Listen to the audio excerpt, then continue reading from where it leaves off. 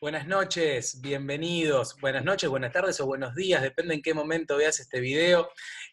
Bienvenido a un nuevo espacio, a una nueva conversación, a una nueva entrevista de Press Coaching, la voz del coaching en el mundo, que puedes encontrar en www.presscoaching.com. Bueno, yo sé que a través de la computadora tal vez no se nota tanto, pero llevo como 5 días de difonía, tuve que cancelar algunas entrevistas. Y hace un ratito, Fernando Sainz me invita a hacer una entrevista en Desafío Coaching, que sucedió hace un rato nada más, que la van a poder encontrar en la página, en la fanpage de Facebook de Desafío Coaching 30 días 2018, donde conversé con Martín Caínzos, que estaba recién operado y diciendo que es tanta la pasión que tenemos por estas conversaciones que nos olvidamos de esto. Y a mí me está pasando esto, desde la conversación con Martín y hasta que acabo de coordinar esta entrevista hace segundos nada más, porque voy a conversar una vez más con alguien que respeto, admiro y a esta altura ya quiero mucho, que es Elena Espinal. Bienvenida una vez más, Elena, a Press Coaching. Gracias, qué honor, qué gusto tan grande. Elena, bueno, venimos conversando seguido, por fortuna para mí, porque, insisto, me encanta escucharte. Vengo hace muchos años escuchando a gente que trabajó con vos, entonces es como que te hubiera escuchado hace muchos años ya. Claro, entonces ahora conversar con vos directamente es como mucho más lindo. Y bueno, el 27 y 28 de septiembre va a tener lugar un congreso de coaching educativo aquí en la ciudad de Buenos Aires, en Ciudad Universitaria. Y vos preparaste un material especial para ese congreso. Antes, no quiero que, utilizando los términos de hoy, que nos spoilees ese material, pero sí que reflexionemos juntos sobre la importancia que está adquiriendo, creo yo, cada vez más el coaching, el rol que está adquiriendo en la educación. Sí, mira, para mí es importante ya la presencia del Congreso, porque el Congreso significa que por lo menos estamos conversando de algo. Y podemos hablar del coaching o podemos hablar de entender que hay diferentes maneras de aprender. Entender que el mundo de hoy, más que exigirte saber, exige flexibilidad para aprender. Exige también que comprendas que muchas veces saber algo es el subproducto de tu acción. Porque piensa en las empresas, a la velocidad con la que se mueven. Si tú primero tuvieras que aprender para después hacer, es muy posible que llegues segundo y no seas primero. Entonces, el lugar del aprendizaje es el lugar de qué aprendí después que hice. Es un subproducto, es muy interesante el fenómeno. También el rol del maestro ya ha cambiado, porque la verdad, yo recuerdo hace unos años atrás, muchos, casi 20, que mi hijo menor estaba en la secundaria y me dice, mamá, él hablaba mucho de lo que yo hacía, ¿no? Entonces dice, mamá, te invitaron en el colegio a una reunión de docentes y padres y piden que des una charla. Entonces fui al colegio y me dijeron que diera una charla sobre la relación con el aprender, ¿no? Y me acuerdo que justo antes que yo pasa la profesora de computación y les dice a los padres, yo les pido a los padres que no les enseñen a los chicos con la computadora, porque después se me aburren en la clase y yo no puedo seguir lo que tengo que seguir, y si no me hacen lío. Y cuando me tocó a mí me salió del alma y le dije, mira, yo te quiero dejar tranquila, jamás le enseñé a mi hijo nada en la computadora, pero él me enseña a mí.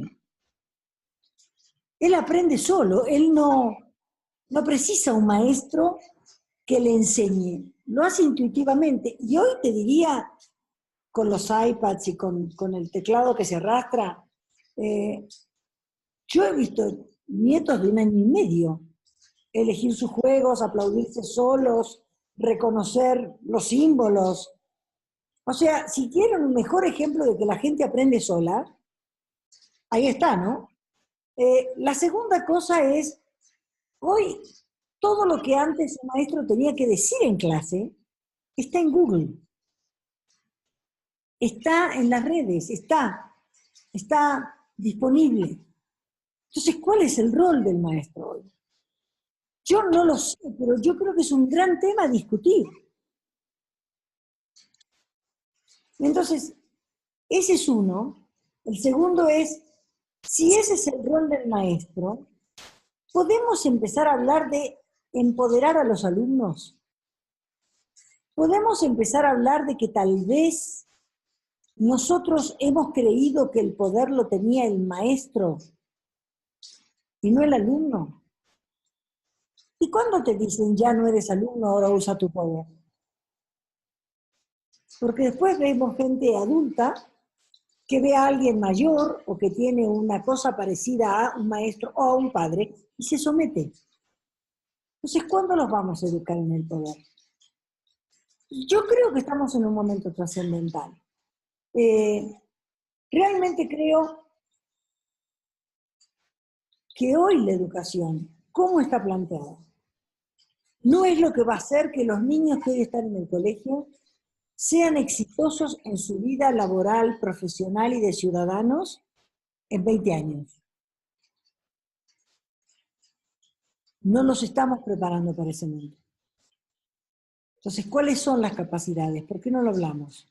¿Cuáles son las habilidades? ¿Cuáles son las sensibilidades a desarrollar en esos chicos?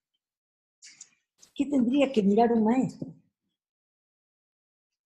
Entonces, me parece interesantísimo que haya un congreso, que haya ojalá muchísima gente y que empecemos a hablar de lo que hasta acá no hemos hablado.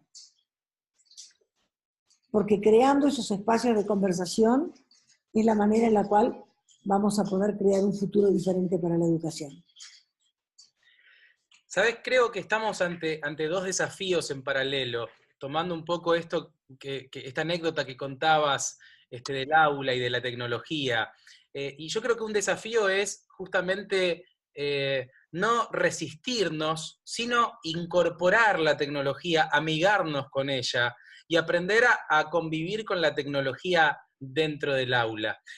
Y por otro lado, creo que otro desafío enorme, tanto de los docentes como de los que somos padres, de los que somos amigos, hermanos, hijos, es esto de que la tecnología no nos desconecte, ¿sí? Porque pareciera que nos permite conectarnos, como estamos conectados ahora, vos en México, yo en Argentina, pero vivimos en lo cotidiano una realidad que es ver a la gente con su teléfono permanentemente conectada, desconectada de su entorno. ¿Cómo ves estos desafíos, vos que tenés ya una mirada aguda sobre reflexionar el futuro? Bueno, yo preguntaría, sin tomar decisiones desde mi modelo de hoy, ¿cómo van a ser las relaciones en el futuro?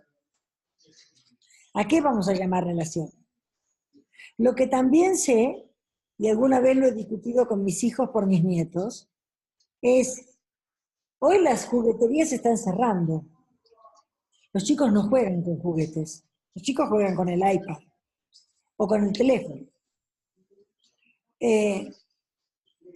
Y cuando escucho que dicen, pero no pueden vivir todo el día ahí, que salgan a jugar con otra cosa, porque no van a tener creatividad, no digo que yo tenga la verdad, tengo una pregunta. ¿En qué mundo van a vivir? ¿Cuánto de virtualidad va a ser su mundo? ¿Y no será que también con eso se preparan para ese mundo? No tengo respuestas, no quiero cerrarme rápidamente con respuestas. Quisiera quedarme en preguntas, quisiera discutir con otros las preguntas. Y que nos tomemos un tiempo para empezar a construir desde ahí. En este contexto, Elena, ¿cuál crees que es hoy la habilidad que tenemos que desarrollar como seres humanos si queremos seguir relacionándonos, creciendo en la conversación con el otro y en el estar conectado con el otro? Y yo creo que fundamentalmente, yo más que de habilidades quisiera hablar de sensibilidades, que es de lo que no hablamos. La primera es la empatía, es la capacidad de generar intimidad con otro. Por lo cual tengo que poder acercarme al mundo del otro con juicios de posibilidad, no de imposibilidad, no para querer corregirlo. La segunda que yo te diría es la necesidad de control, porque el mundo nos está mostrando que le importa un pepino nuestro control. La tercera es cómo podemos empezar a ser más sensibles para darnos cuenta que el mundo está cambiando y hacia dónde está cambiando. Porque todo el mundo dice que el mundo está cambiando. Pero si lo ves en el hacer de los otros, en general siguen haciendo más de lo mismo. Entonces va a llegar un momento donde el mundo cambió y ellos se quedaron afuera. ¿Cómo podemos hacer para incrementar la velocidad de intuición, de hacia dónde se está yendo, de entender lo que emerge, de entender las contingencias que pueden cambiar el rumbo? Yo también creo que tenemos que hacernos maestros en los estados de ánimo. Comprender que hay estados de ánimo que habilitan un aprendizaje, que habilitan una creación de futuro, y hay estados de ánimo que los cierran.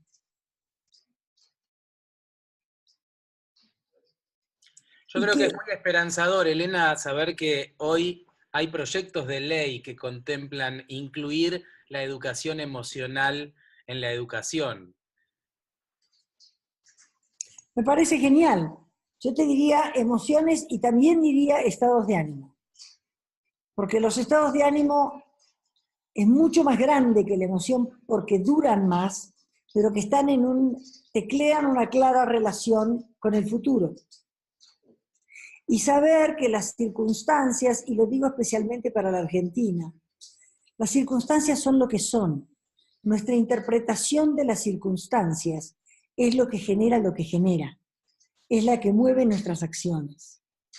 Y que yo veo muchas veces a los argentinos pelear con las circunstancias, en vez de darse cuenta que si las circunstancias son lo que son, yo siempre tengo la elección de cuál es la relación que quiero crear con las circunstancias.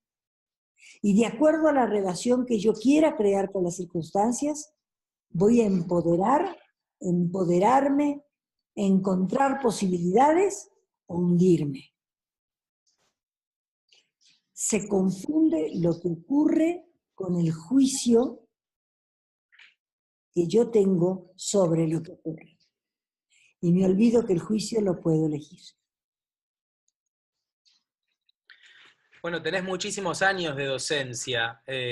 Yo mismo experimenté también la docencia y creo que en algún momento habrás distinguido también esta diferencia entre el coach y el docente convencional, donde este último está como en un escalón más arriba, en un lugar de saber, y el otro es el aprendiz. En cambio, el coach es un par, alguien que te acompaña.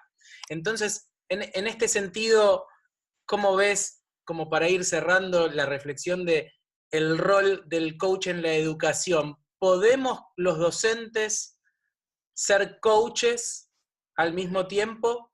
¿Hay que disociar eso en el aula? Yo creo que tendríamos que cambiar la palabra coach por ¿qué pasaría si los docentes adquirieran algunas de las habilidades que nosotros hemos adquirido? Por ejemplo, el preguntar. Por ejemplo, el ponernos en el mismo lugar que el cliente, o sea, somos pares. Por ejemplo, entender siempre que el otro puede, que el desafío es del otro. Entonces, en una de esas, no es exactamente ser coach, pero sí creo que docentes con varias de las habilidades que nosotros como coaches hemos aprendido, pueden cambiar un aula y le pueden cambiar la vida a unos cuantos chicos. Y sin lugar a dudas, si pueden cambiar un aula, ese aula es el futuro, y si se puede cambiar el aula, se puede cambiar el futuro. Y se puede cambiar un país. Bueno, vamos por más, vamos por el mundo, por ese que queremos cambiar, por ese que no perdemos la esperanza de poder transformar. Ojalá. Piensa que cualquier programa educativo es un programa a largo plazo. Y hablo ahora como argentina. Los argentinos tenemos una necesidad de inmediatez. Y nos desinflamos cuando vemos que las cosas no cambian en la inmediatez. La educación es para cualquier gobierno un proyecto a largo plazo. Pero ahí hay que hacerse la pregunta como gobernante. ¿Estoy dispuesto a hacer algo por este país, aunque yo ni siquiera esté vivo cuando el efecto de ese algo se produzca? Porque esas son las decisiones que hacen historia. Ojalá estén dispuestos a eso, ojalá. Gracias, gracias de corazón, Elena, por Gracias a ti. estar con nosotros una vez más. Un beso grandote, hasta luego. Un beso enorme, te abrazo a la distancia. Yo también. La doctora Elena Espinal, una vez más, conversando con nosotros aquí en Press Coaching.